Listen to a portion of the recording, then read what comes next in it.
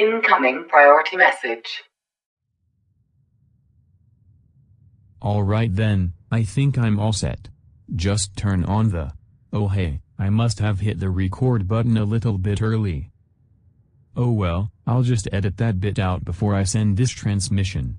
Anyway, welcome to Abraham Lincoln Station, orbiting Earth in the Sol system. There is a very specific reason as to why I am docked up here. But let's not get ahead of ourselves yet.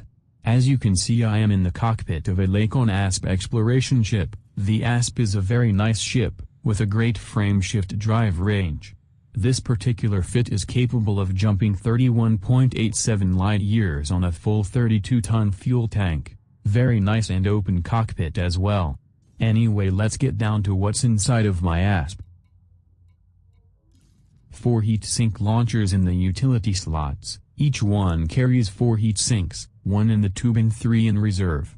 Lightweight alloy armor plating to reduce weight, Class 5C power plant. 5D thrusters. 5A, frame-shift drive. 4A life support and power distributor. 5D sensor array, 32-ton internal fuel bay. 6C fuel scoop, fills about 32 tons of fuel in about 53 seconds. 3 auto field maintenance units. One is a Class 5D and the others are Class 3D. And of course, standard exploration equipment of an advanced discovery scanner and a detailed surface scanner. I have also included a standard docking computer since this ship is designed without shields and I plan to be gone for a long time. I have disabled all but one of the heat sink launchers as well as non-critical subsystems like the cargo hatch and the auto field maintenance units. I plan on turning the docking computer off as well when I am out in deep space. If it isn't obvious, I am planning on making an exploration run out into deep space. With a very specific goal in mind. This is something I've pondered since my last attempt at exploration. Let's check the galaxy map and see where this specific destination of mine is. So here we are, in the system of Sol. Also known as the birthplace of humanity as it did some thousands of years ago. And this is how insignificant this system is compared to our galaxy. At its core, there exists the supermassive black hole known as Sagittarius A. A black hole is the remanence of a star that has reached critical mass and has such a strong gravitational pull even light can no longer escape. But obviously I am not the first commander to visit this unique stellar object. I plan on going even further away from Sol than Sagittarius A and plan on going to what I am dubbing the anti-Sol. In the galaxy map there is a coordinate-based system where each system is mapped based on relative locations to Sol, which is at the coordinate 0, 0, 0. By simply doubling the coordinate vector to Sagittarius A you can plot out a relative location to where this mirrored Sol is located. The nearest system to this coordinate I found to be was the system drew to UPWI A36-4.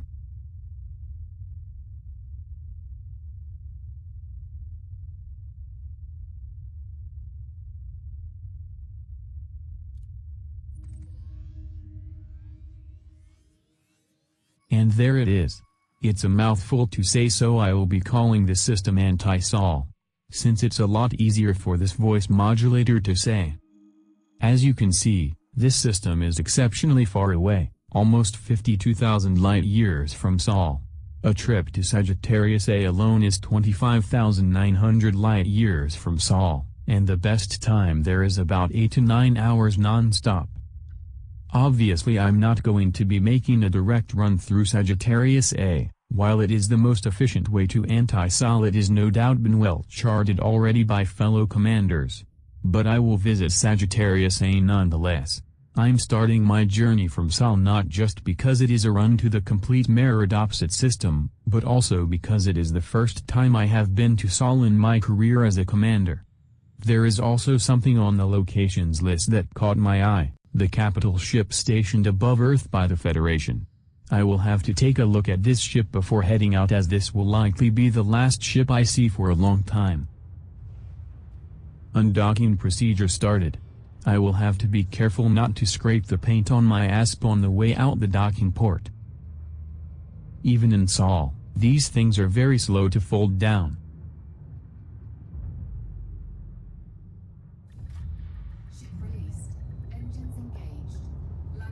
Landing gear is in, and my gyroscopes did not go AWOL on me, so I should be fine as long as I don't smash into the wall instead of the docking port.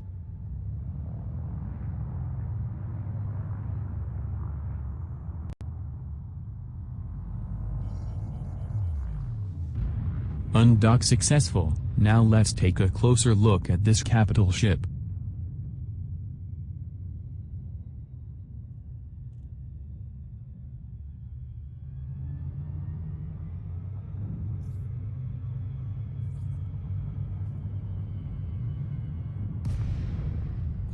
Where is this ship at? Oh, there it is. It must have some kind of cloaking device or something. Anyway, that's a big ship. Last time I saw a ship this big was a Majestic class interdictor out in Empire space. However, I also got way too close to it and it obliterated my Cobra. This Farragut class battlecruiser carries a comparable loadout to the interdictor, so I will stay way the hell away from it. I don't want to risk being blown up by all of those weapons. I'm using a remote camera drone here to get a good look at my ASP so I can have a reference picture as to its condition when I left inhabited space. Alright, I think it's time we head out of here to the great beyond. Let's set our first waypoint destination. Unfortunately, all ships are only able to set destinations no further than 1,000 light years from your current position. Okay, this looks like a good system to head off to first. Being located in Sol, we are in a large area of inhabited space, so going to this destination will probably only just get us outside of inhabited space. Charging the frame shift drive.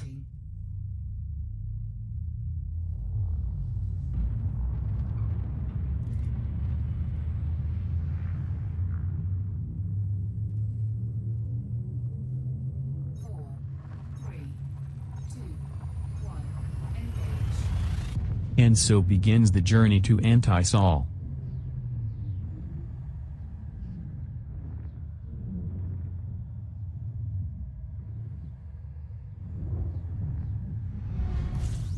Wow! Binary star system right on the first jump. That's quite an interesting start.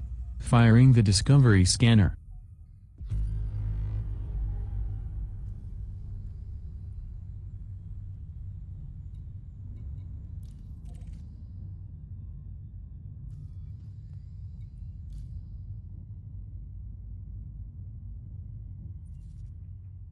Oh wow, it's even more crazy than that. This is a binary system, where there are 4 stars, each of which one orbits the other, and the pairs then orbit each other. Usually, to be stable, the 2 pairs are quite far apart. Obviously, being so close to Sol, this system has already been discovered. If a commander is the first to discover a system and turns their data in at a station with Universal Cartographic Services, they get their name attached to the body they found. Let's press onwards then. There's no need to scan these stars or fuel scoop.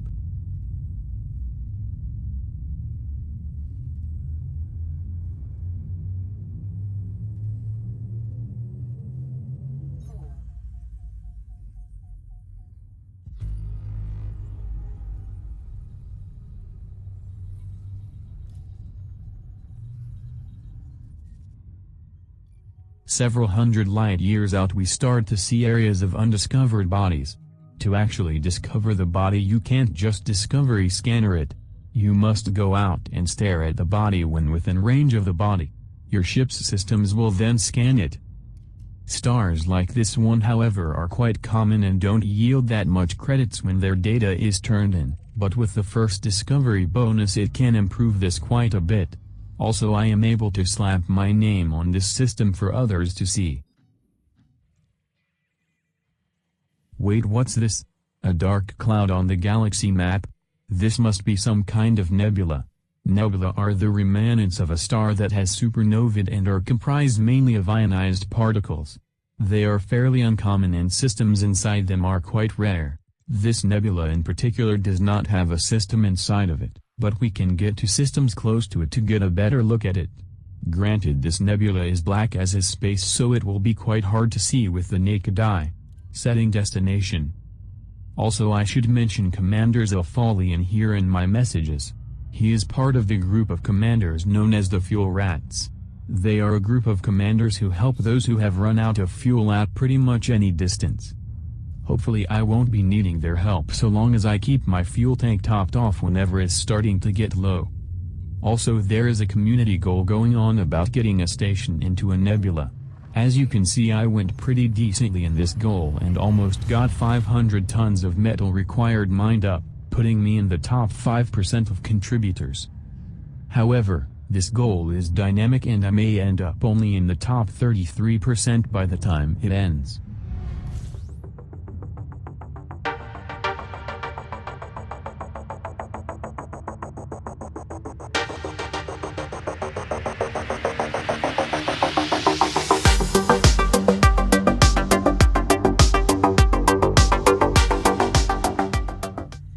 Okay, fast forwarding a little there. And yes, I'm aware that music is also used by Commander Blind Pew. But hey, whatever, fits nicely in the video. Anyway, we are in the system next to the nebula, but again, it is a black nebula, so it is very hard to spot. I've got an idea on how to locate the nebula easier. I will chart a course for a nearby system that the jump will pass me alongside the nebula. Hopefully this will put the nebula within my line of sight while I aim to jump to this system. Oh, there it is. That was a lot easier than I thought. You can see the plane of the galaxy here being disrupted by this ominous black cloud. Much easier to spot thanks to the plane. Unfortunate I can't actually go inside this nebula. But that's fine, I suppose. The background change would only be the removal of the galaxy plane anyway, so not much is lost. In the other system now, let's see how it looks from over here. Looks quite menacing. I wonder what kind of star used to exist that caused such a black nebula. Okay, time to move onwards then. Let's see if there's anything of note nearby. Interesting nebula formations back towards inhabited space. No doubt well scouted due to their close proximity to inhabited space. I will need to keep moving forward anyway if I want to get to Anti-Sol. Oh look, another nebula just up here. Let's get a closer look.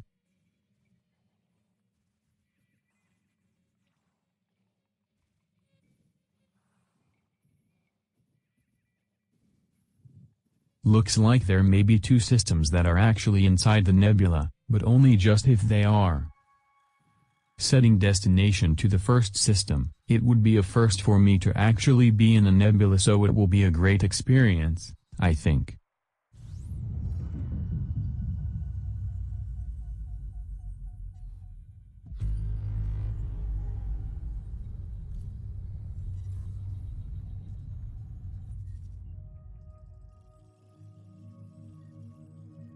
Wow, this commander is very thorough, not a single body left undiscovered. However, there is some very valuable planets it would seem, and it is still viable to scan them anyway. I just won't get my name on them or the first discovery bonus.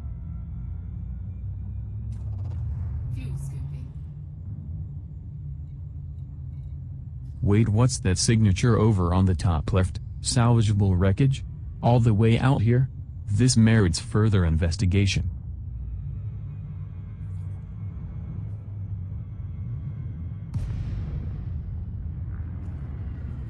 Oh dear, this is not good. Actually, well, not for me. But dear lord. Occupied escape pod. So far away from inhabited space as well. I didn't bring any cargo racks either, so I can't pick up this escape pod. At the same time, I can't imagine how long whoever is inside of this pod has been stranded out here, and chances are that I am the only one that will be out here anytime soon. Let's take a look at the wreckage then.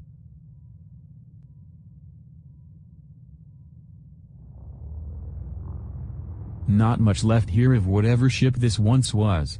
I'm not sure what the hell happened, but whoever is in that pod probably knows.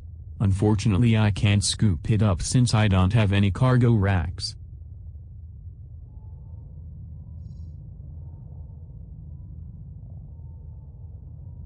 I'll get a closer look at the pod and check to see if whoever is in it is still alive. Oops. Didn't mean to toss you around like that. The pod's integrity is now critical and falling from the collision. I may have sealed this poor person's fate. I don't want to let them suffer anymore, but I don't have any guns to destroy the pod.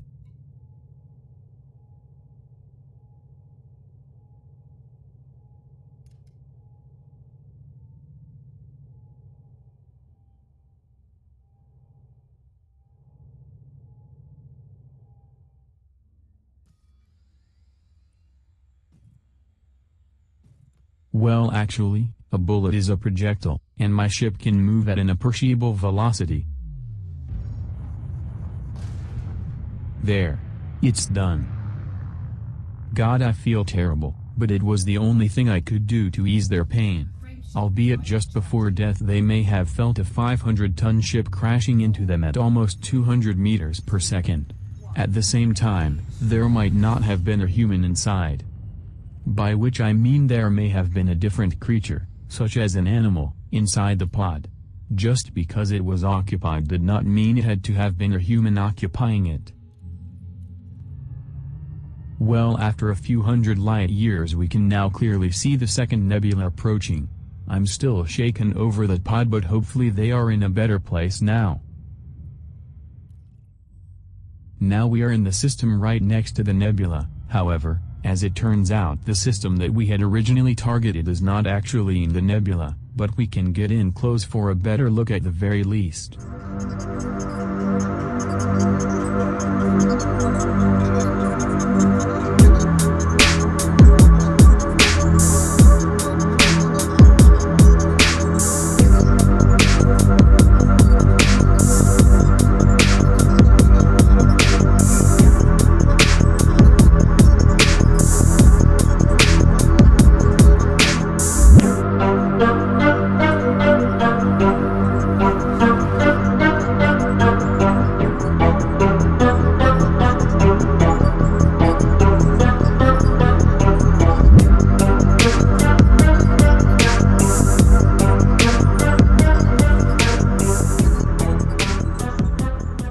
And here we are. This is as close as you can get to this particular nebula. Unfortunately, the area which this system is located is near a giant black cloud spot of the nebula, so it is very difficult to spot the red portions of the nebula. Not to my surprise, this system has already been discovered by other commanders. It does not surprise me since this nebula is very close to Sol, and is on the path towards Sagittarius A. Either way, I need a new waypoint now. There seems to be a large number of nebula in this area. But they all seem to be made of a dark black material, not sure why this specific color. There also seems to be a larger than normal concentration of higher energy stars, such as Class B, A, and O.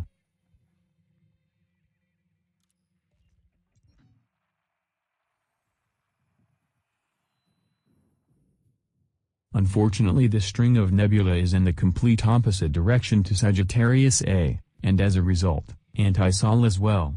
It would be time inefficient to go visit these systems, and I do want to actually reach anti-Sol in a decent time.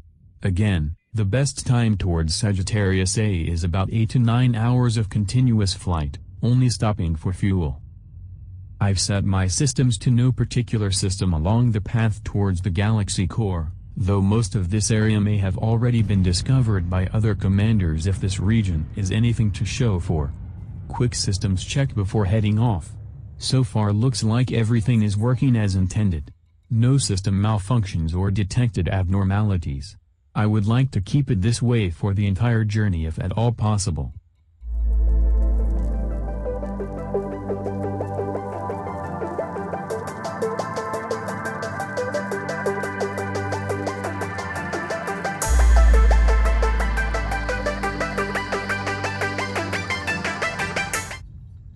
So just a few jumps away I realize my recording systems had remained disabled after my systems check.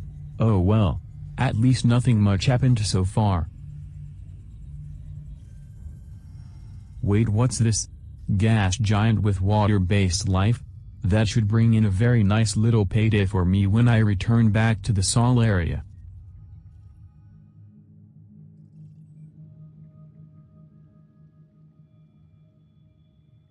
Ah. Okay, so looks like the life here is just radioplankton, suspended in an area in the gas giant while extracting energy from the intense radiation. Not sure I would want to live like that.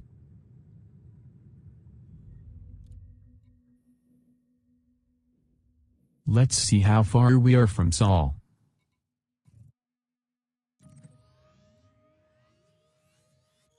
Ah, just under 1,000 light years. I thought by now I would have traveled considerably further. But stopping to scan most of the high metal content worlds may be slowing down progress.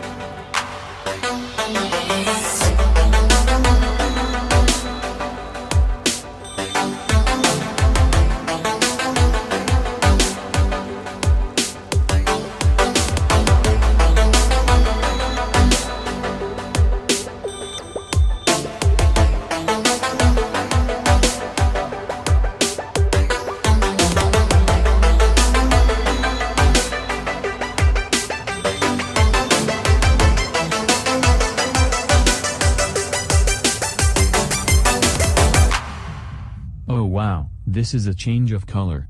Yes, it would appear I have landed at a higher energy star. These stars are considerably hotter than traditional stars and have a higher rate of fusion inside of them. While more massive, they also have shorter lives. Their unique properties make them more valuable than traditional stars as well. As such, it is no surprise someone else has already discovered this star, since you can filter your galaxy map to only show these higher energy stars. There is a brown dwarf star located in this system that was not yet been scanned by another commander. If I am the first to hand in data on this dwarf star, I get the first discovery bonus and my name will be in this system. There are several other bodies just beyond this dwarf star also not scanned. As tempting as it is to plaster my name over the remnants of this system, I'll be kind and leave some for other commanders to get their names here also.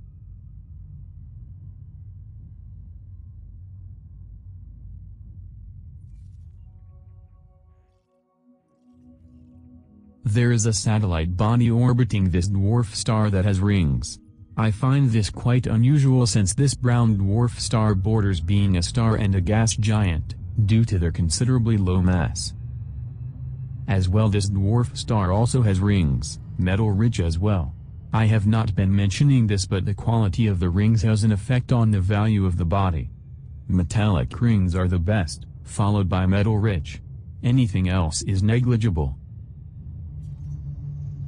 This body is guaranteed to be a rocky world, very little monetary value in this body, but the fact it has rings brought me to want to sign my name on it, so I will be scanning this body and hoping I will be the first to return the data. Let's get a closer look at these rings.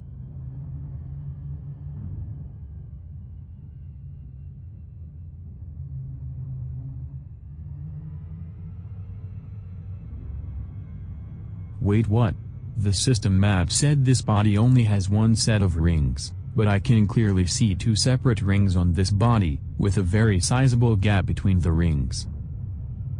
It might just be that both of these rings have the same composition as each other, but I don't think it should be showing up as just one ring in the system map.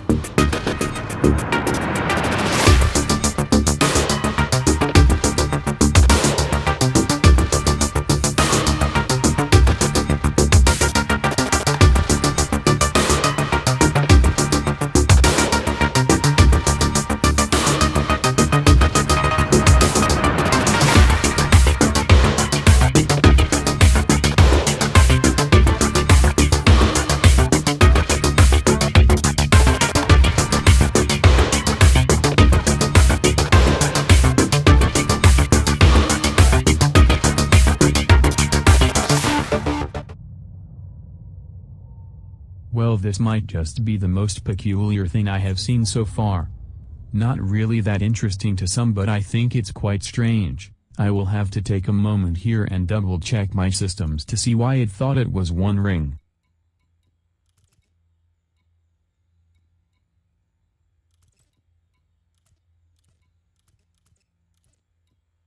Systems seem nominal. Actually, this might be a good time to test the heat efficiency of my ASP. I wonder how cold the reactor can be with everything but the life support turned off.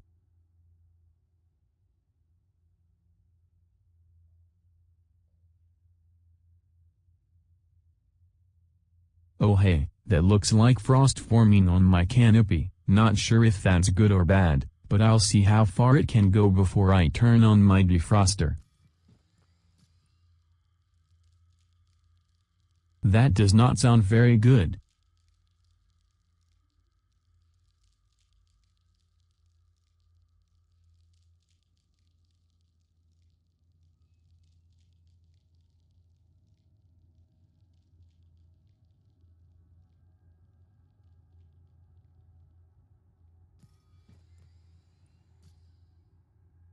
Getting quite chilly in the reactor as well, down to 7% heat capacity.